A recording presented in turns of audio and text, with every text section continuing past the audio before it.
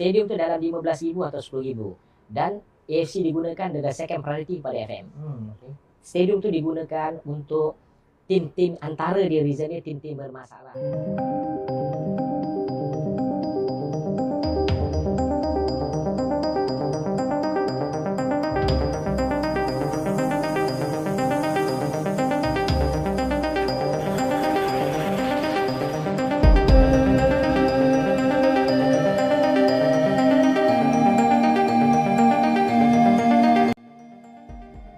FAM tantang Timnas Indonesia usai menang lawan Saint Kitts and Nevis, ada apa sebenarnya?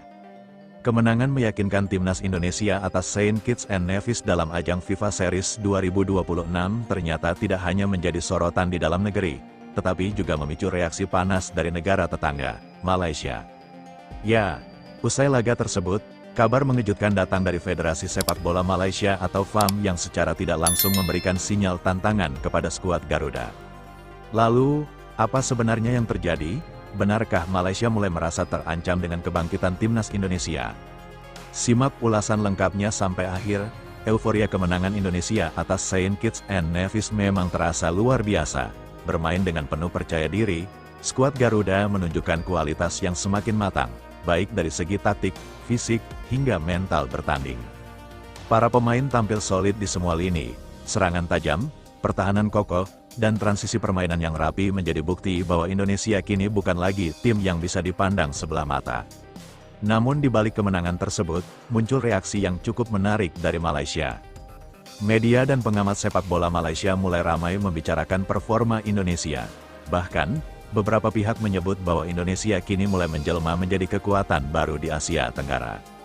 Hal ini tentu saja menimbulkan kekhawatiran tersendiri bagi Malaysia. Tidak berhenti sampai di situ, Federasi Sepak Bola Malaysia atau FAM dikabarkan mulai membuka wacana untuk memuji kekuatan Timnas Indonesia dalam laga persahabatan. Meskipun tidak disampaikan secara langsung sebagai tantangan resmi, namun sinyal yang diberikan cukup jelas. Mereka ingin melihat sejauh mana perkembangan Timnas Indonesia yang belakangan ini tampil semakin konsisten. Beberapa analis sepak bola Malaysia bahkan menyebut bahwa pertandingan antara Indonesia dan Malaysia saat ini akan jauh lebih menarik dibandingkan sebelumnya. Pasalnya, kedua tim sama-sama sedang dalam fase pembangunan dan peningkatan kualitas pemain. Di sisi lain, publik Indonesia menyambut kabar ini dengan penuh percaya diri. Banyak yang menilai bahwa jika pertandingan ini benar-benar terjadi, maka Timnas Indonesia memiliki peluang besar untuk menunjukkan dominasinya. Terlebih, dukungan supporter yang luar biasa selalu menjadi faktor tambahan bagi skuad Garuda saat bermain. Atmosfer stadion yang penuh, nyanyian tanpa henti, hingga semangat nasionalisme yang tinggi menjadi senjata tersendiri yang sulit ditandingi. Namun, tentu saja Malaysia bukanlah lawan yang bisa dianggap remeh. Mereka juga memiliki sejarah panjang dalam persaingan dengan Indonesia. Rivalitas kedua negara ini selalu menghadirkan tensi tinggi, baik di dalam maupun luar lapangan. Setiap pertemuan selalu dipenuhi gengsi dan emosi. Dan justru disitulah letak daya tariknya. Jika benar FAM serius ingin mengadakan laga melawan Indonesia, maka ini bisa menjadi momentum besar bagi kedua negara. Bukan hanya soal pertandingan, tetapi juga pembuktian siapa yang benar-benar lebih unggul di kawasan Asia Tenggara saat ini. Apakah Indonesia dengan generasi barunya mampu mendominasi, atau justru Malaysia yang akan membuktikan bahwa mereka masih layak diperhitungkan? Menariknya, beberapa legenda sepak bola Malaysia juga ikut angkat bicara.